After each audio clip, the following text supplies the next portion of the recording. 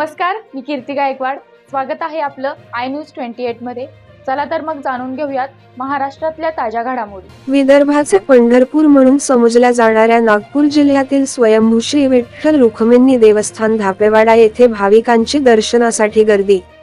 विदर्भाचे पंढरपूर म्हणून समजल्या जाणाऱ्या नागपूर जिल्ह्यातील धापेवाडा येथील स्वयंभू श्री विठ्ठल रुक्मिणी देवस्थान धापेवाडा नागपूर येथे आषाढी प्रतिपदा निमित्त यात्रेचे आयोजन करण्यात येत असते। या निमित्त महापूजेचे देखील आयोजन करण्यात येत असते। श्री हरी महाराज वेडेकर व निखिल गडकरी यांच्या हस्ते पूजा करण्यात आली। यावेळेला केंद्रीय मंत्री नितीन गडकरी पत्नीसह उपस्थित होते। त्यांनी देखील यावेळेला विठुरायाचे दर्शन घेतले। अशी आख्यायिका आहे की एकादशीला विठ्ठल पंढरपूरला भक्तांना दर्शन देतो आणि प्रतिपदेला विदर्भाच्या धापेवाडा मध्ये आपल्या लाडक्या भक्तांना दर्शन देतो। आज विदर्भाचा पंढरपूर असलेल्या धापेवाडा स्वयंभू श्री विठ्ठल रुक्मिणी देवस्थान येथील गर्भगृहाला आकर्षक फुलांनी सजविण्यात आलेले होते।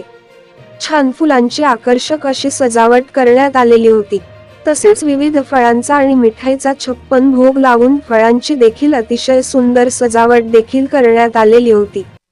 ज्याप्रमाणे पंढरपूरला वारकरी दिंडी पालखी घेऊन येत असतात, त्याचप्रमाणे येथे देखील भक्तगण दिंडी पालखी घेऊन दर्शनासाठी गर्दी करीत असतात।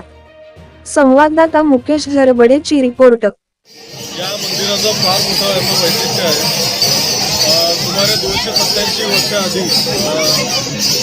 समर्थ सद्गुरू गोविंद महाराज दरवर्षी वारीला जायचे, पण त्यांना ते बेला गावचे होते आणि तिथे त्यांना स्वप्न झालं की पंढरपूरला न येता धर्मनगरी धापेवाड्याला जा, तिथे नारदाचं वरदान आहे आणि मला तिथे यायचं आहे। ते स्वप्न जेव्हा ते सकाळी उठले, त्यांनी आपल्या पत्नीला सांगितलं तर त्यांनी मग असं ठरवलं की आपल्याला धर्मनगरी म्हणजे धापेवाड्याला जायचं। तर ते आपल्या सहपरिवार धापेवाड्याला वास्तव्यास आले। तिथे मग भरपूर वर्ष लोटली तर त्यांना असं काही अनुभूती आली नाही आणि ते वृद्धाप काळामुळे ते चिंतित झाले की बाबा देवानी मला दृष्टांत दिला होता आणि अजूनपर्यंत काही दर्शन दिलेलं नाही।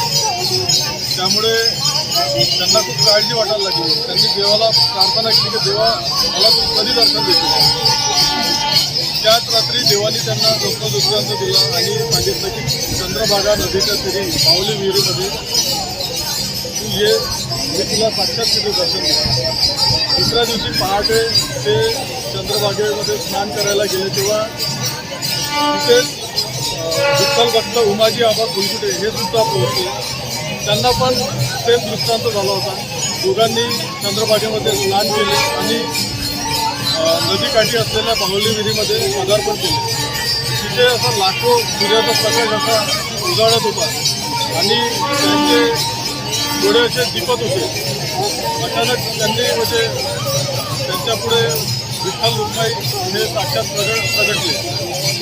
त्यांनी अश्रुनयनांनी त्यांचं चरणांचा अभिषेक केला आणि मग आमचं तर जीवन धन्य झालं, पण आता आमच्यानंतरही आमच्या गावाच्या लोकांचं जीवन धन्य व्हावं म्हणून तुम्ही इथे स्थायी राहावे म्हणून भगवंतांनी मूर्ती रूपामध्ये स्वतःचं रूपांतर केलं। म्हणून या मंदिराला स्वयंभू रुक्मिणी देवस्थान स्वयंभू म्हणून उल्लेख केला। करने के लिए अब जब हमारी टीम यहाँ पहुंची, यहाँ कुछ युवा दिखे हैं जो स्वयंसेवी के रूप में इतने बड़े विशाल यात्रा को सुचारू रूप से चला रहे हैं। तो आपल्याला काय वाटते किंवा इथे किती लोकांनी दर्शन केलं आहे, या स्थानाचं महत्त्व का? मॅक्सिमम सकाळी 7 वाजेपासून आमची सेवा लागलेली आहे।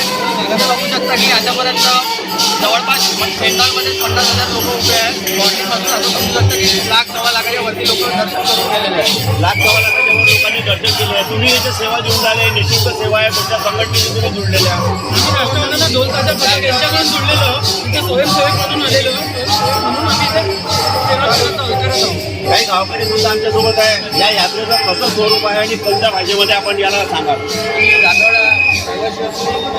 पाणीचं वाटप करतो आणि दरवर्षीला आज 50,000 7,500 लोक आहे आणि यानंतर कोण येणार आहे कोण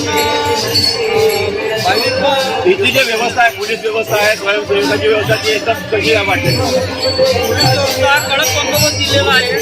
ड्रायव्हर डायरेक्ट आदेश दिला आहे।